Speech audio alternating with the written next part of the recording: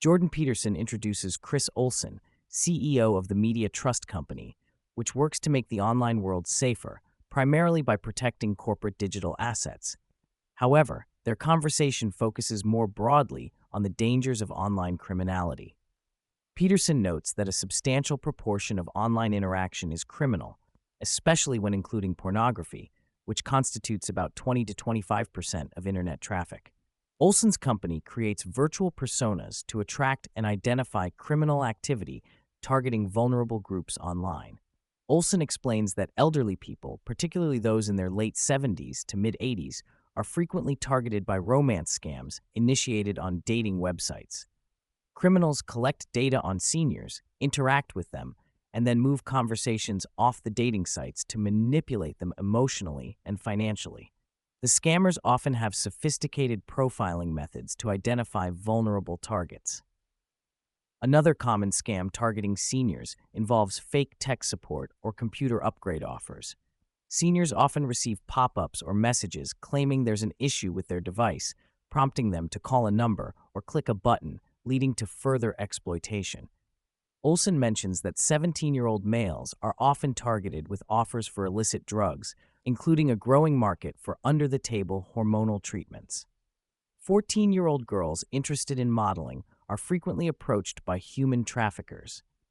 The sick and infirm are targeted with false medical offers and scam products, especially prevalent during the COVID-19 pandemic. Olson estimates that for a typical elderly woman between 78 and 85 years old, about 2.5 to 3% of every page impression or app view attempts to target them with some form of crime or harmful influence.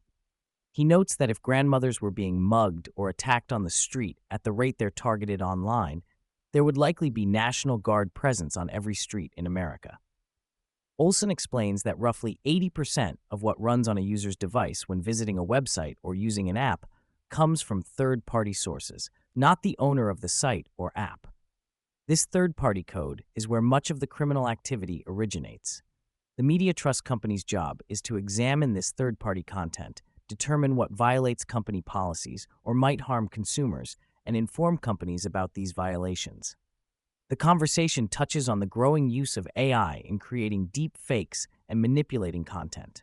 Olson mentions that while the fear of deep fakes is currently greater than their actual use in paid content, the technology is rapidly evolving.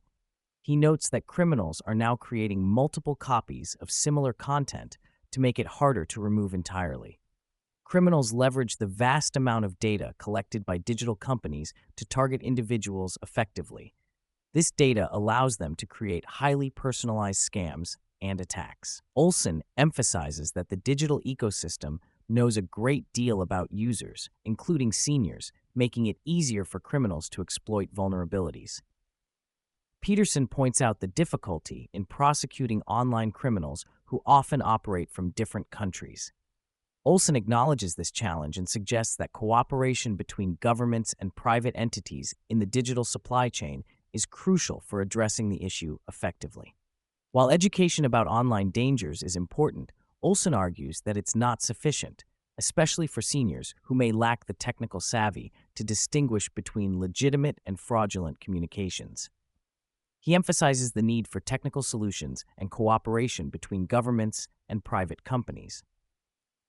Olson discusses the challenge of balancing user privacy with the need to monitor and prevent criminal activity.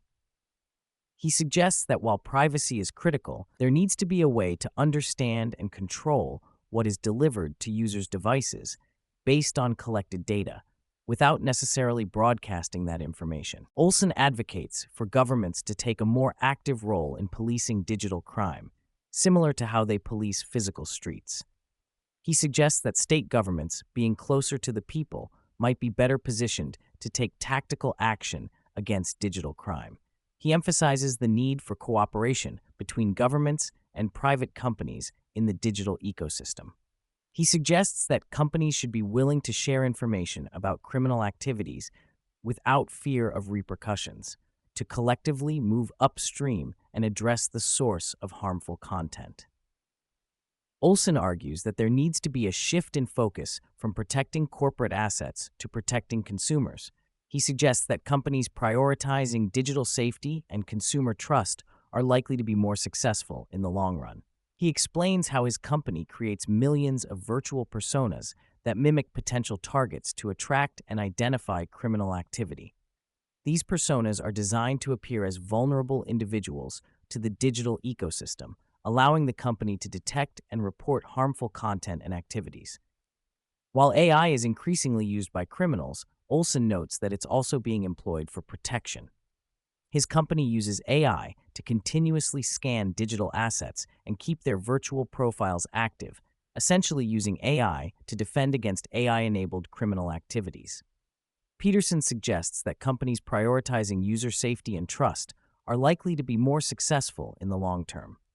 Olson agrees, noting that companies willing to engage with governments to combat bad actors will play a crucial role in improving the digital ecosystem. He points out that some companies are willing to withhold significant revenue to prevent the possibility of targeting something harmful. However, he notes that many companies are not willing to go that far, especially in the current risk-on phase in the digital world, where the race for technological supremacy often overshadows safety concerns.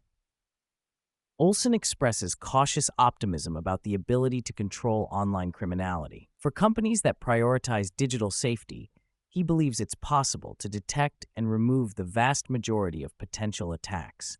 However, he acknowledges that it's not possible to eliminate the problem entirely due to the nature of the internet and data targeting.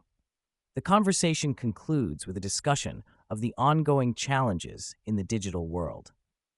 He notes the current focus on winning the AI and language model race, which sometimes overshadows safety concerns. He emphasizes the need for companies to balance technological advancement with safe implementation. The podcast highlights the pervasive nature of online criminality and the particular vulnerability of certain groups, especially seniors. It underscores the complex challenges in combating digital crime, including jurisdictional issues, the rapid evolution of technology, and the need to balance privacy with protection. The conversation emphasizes the importance of cooperation between governments and private companies, the potential of AI and virtual personas in fighting crime, and the long-term benefits of prioritizing user safety and trust. While the challenges are significant, the discussion suggests that with the right approach and priorities, it's possible to make substantial progress in creating a safer digital ecosystem.